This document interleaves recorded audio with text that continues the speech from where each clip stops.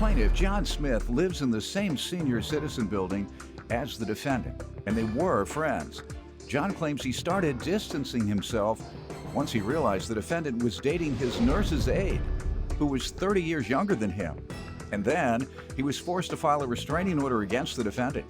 He's suing his former friend for loans and emotional distress. Defendant George Alton says after he became friends with John, he realized John was a crackhead who associated with a prostitute. George says John has been badmouthing him around their apartment building, so he's countersuing for defamation of character. Start with you. Yes, sir, Your Honor. How you doing? Fine. I met the defendant in 2007 after I moved in the building. He was there prior to me being there. The building, you say?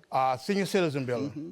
And when I entered the building, he was a nice guy, you know, introduced himself. We became friends, sit on the porch, talked about games, talked about baseball, football, basketball, go into the community room, play cards and everything.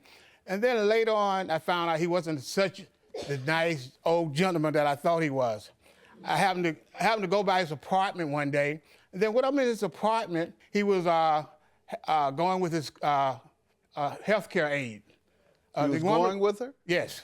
I'll explain in a few seconds. What's strange about that? Strange is she's about 30 years his junior. She's supposed to be there working. They're kissing, they're hugging, they're drinking. That ain't strange. That sounds perfect. So when I found You're that... not married, right? You're not married? So Yeah. when I saw that, that sort of drew me away from it because I thought it was inappropriate. You got jealous. Yes. When I entered the building, he was a nice guy, you know, introduced himself. We became friends, sit on the porch, talked about games, played cards and everything. And then later on, I found out he wasn't such the nice old gentleman that I thought he was. Plaintiff John Smith lives in the same senior citizens building as the defendant, and he claims he was forced to file a restraining order against the defendant after he threatened John. Go ahead. Okay, and have a conversation as we sit on the porch over the years.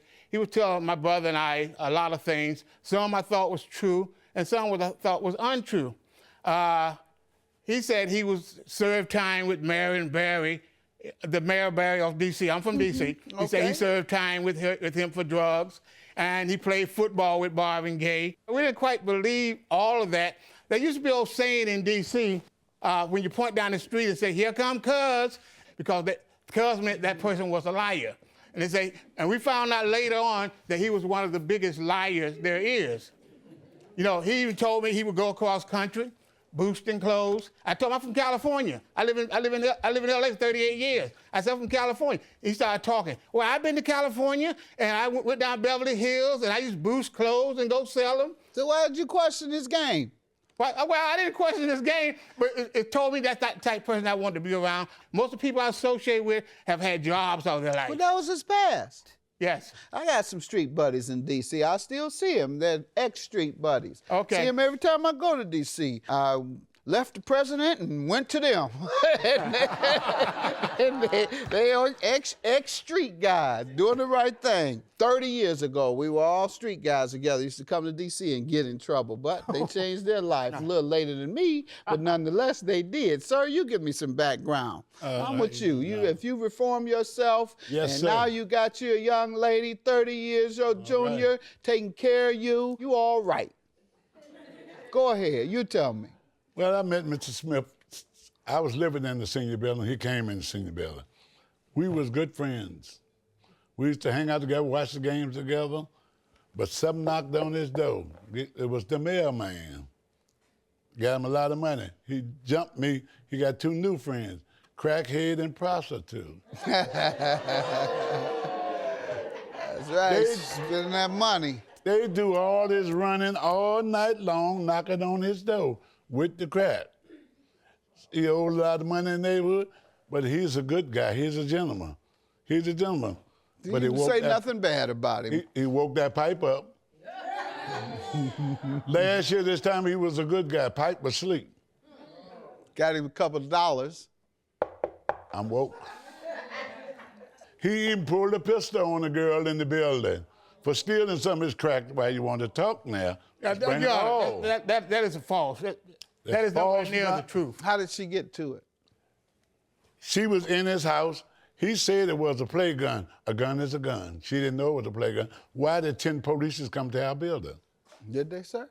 Oh, what happened was the gun. Oh, yeah. The gun was laying on the table, and she happened to look in and see the gun, and the police came and thought it was a real gun. And when they came, they say, no, it's an air pistol. It's not a real gun. That just sounds odd. I'm inclined to believe you. Did you get a bunch of money and start spending it on prostitutes No, and crackheads? definitely not. What I bought on Your Honor was a nice suit like this. Yeah, you are sharp. And I this like man that is shirt. very jealous. He see my car every day. He said he gonna get one like it. I drive a 65 Cadillac Escalade. That's Man. what I did with my money. 65? You on that crack now? No, $65,000. $65,000. Betty got something on him. My car is crack now? $65,000, Your Honor. That's what I spent my money on. Your car is 7 years old. Well, it's called Why you lying in $65,000. front of the judge and all these people in the United States? Cause I let all your family know you're a crackhead. Billy, you know what? You know got what? a crack suit What? on? Okay. Okay, Billy. If I'm a crackhead, how can I afford the car that I have? How can I afford the lifestyle I live? You a crackhead. You borrowed money from me. I didn't borrow money from you. Crackheads go around and borrow money from everybody. You owe everybody in the building. You the crackhead. And you scared everybody. You owe everybody. Don't you owe everybody? I owe you. Okay. All right, so let's get to that. You owe me, right? Yep. You owe me, and you ain't gonna pay it. The loan, sir. Let's get to what you're suing him about. Originally, loan. Originally, I loaned him $100 on the May the 22nd. Mm-hmm. On May the 30th, I took him to a funeral in my car, my Escalade. He drove up. Your 7-year-old Your Escalade? old Escalade. Right, but you don't have anything but them shoes on your feet. That cost more in your suit. Okay, so let's get to serious business. On the way from the funeral, he told me his cable bill was getting ready to cut off. That sounded like a crackhead to me. His cable's getting ready to cut off. So I loaned him $100, take him to the bank to pay his cable. Okay. Now, on June the 27th, his love life is getting ready to go to South Beach. She didn't have no money. So I loaned him $200 to go down there. Even though he didn't pay the other money back, I'm loaning him the money on the strength. So he said he have a case, and he gonna get this case settled, and he gonna pay me. Okay, then I go to New York to visit my grandkids. When I drive up to New York, he calls me and say, she's down in Florida crying. She don't have no money. I want some money for my baby. So, okay, so I sent him $300 by Western Union, which I have the receipt right here that I sent him $300. And he have yet to repay a penny. All right. My car is $65,000, Your Honor.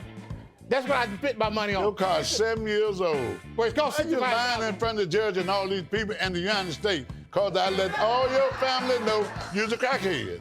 Plaintiff John Smith lives in the same senior citizens building as the defendant, and he claims he was forced to file a restraining order against the defendant after he threatened John. Tell me about these loans he's suing you about. When we was hanging out there, we was friends. Friend gets some money, he gonna give his friend some money, his buddy, if he's his real buddy. If he's his real friend. That's street ethics, sir. That's not all. That's not what squares do. Squares put their money in the bank. They take care of their children. If they don't have any children, they save it in case they have children for their children's college. You're talking street ethics, sir. I know that's what folks think. That's what all my street buddies thought. Time I got on tele. Oh yeah, like you hitting the lottery. You hit the lottery in the neighborhood. Everybody lines up outside your door. We heard you hit the lottery. Can I get a couple $100? Oh, this is for my family and my kids. You know that, sir. That's street ethics. It's just because he gets some money don't mean it's yours. That's not your money. You're not entitled to his money. Go ahead, though. Squares don't do that. And you've been out the game long enough to know. Squares don't give away their money like that. Well, they wanted to sue me. Why didn't sue the young lady you gave $500 to? Because you're not doing the same thing as the young lady. Ain't nothing work when she trying to do something with it. How you talking about, though? Now you trying to talk Called my about building, everybody in the 100 apartments said, what is Joe doing? Crackhead, hang up the phone. I don't believe the man smoking crack either. Now, he might be giving a couple of crackheads some money. I know how that goes too, sir. Okay. I just believe you might have a couple of crackheads hanging around. Oh, definitely. Female in particular, that you throw a couple of dollars to every now and then when the nurse can't show up. Oh, no, that's you with the, who has the nurse? Oh, that's you with the nurse. All right. What's the emotional distress, sir? Emotional stress came from, I had to get a restraining order against this man. For what? I called, I was coming out the elevator, and he cursed me, and I looked at him, and he said, I might not make it to this court. I said, what do you mean? He said, I can have you messed up or get somebody to do it. So I went and called the police, and the police came, and when the police came, he stood on the porch side, another gentleman had a stick, gonna hit me with the stick. And the police said, well, I'm not gonna take a report. What you do, go take out a restraining order. So I took out the restraining order. I have the restraining order here. Let's see it. Sir, did this happen? Yes, sir. Restraining order. Why'd you do that? That's against the law. But sir, when we went to court, guess what happened? What? The judge told the marshal, wake him up, not in my court. Head over like See, that's a lie, Your Honor. He was sleeping off that, Your Honor. off that bench. Your Honor. All right, You should sir, have that's enough. Okay. You've proved your case with regard to the emotional distress. And the money that he owes is $700? Yes, sir. All right. And you want $1,000 for emotional distress. I'm not going to grant you that. I'll grant you $500 because he admitted he did it. You went as far as to get a restraining order. You called the police, so you did take it serious. Yeah. $2,500 for defamation. How does he owe you? Because since this happened, I used to be a vice president in our building. He got everybody in the building scared of me or hating me because he said that I can get them killed. So all the people looking at me when I walk by, some don't want to get on the elevator. And all of them know that I was a good guy. And here's a letter. Here's a letter from our property manager. But, sir, you admitted you threatened him. I didn't threaten him. You did. You admitted. I said, did that happen? You said, yeah. I didn't say I was gonna get him killed or nothing. I said, leave me alone. No, you threatened him. misunderstood. That's why he don't get a restraining order for saying, leave me alone. You threatened him, and they just don't know it or don't believe it. I do. Truth is the #1 defense to defamation, and I'm going to conclude this is true. He got a restraining order. He called the police. I don't think he did that. I don't think he was high off crack that day. I believe he did it because it happened. And I'm going to dismiss your claim and grant you $1,200. That includes the loans and the emotional distress. You know, you're an ex-street guy. He could have taken you serious. I know street guys your age or ex-street guys your age still got folks to call. For real. Wow. For real, for real. That's what they say in D.C. That's a D.C. slang. Right, sure is. Isn't Sure it? is. Isn't it? For real, for real. Have a good day. He got away with a good one.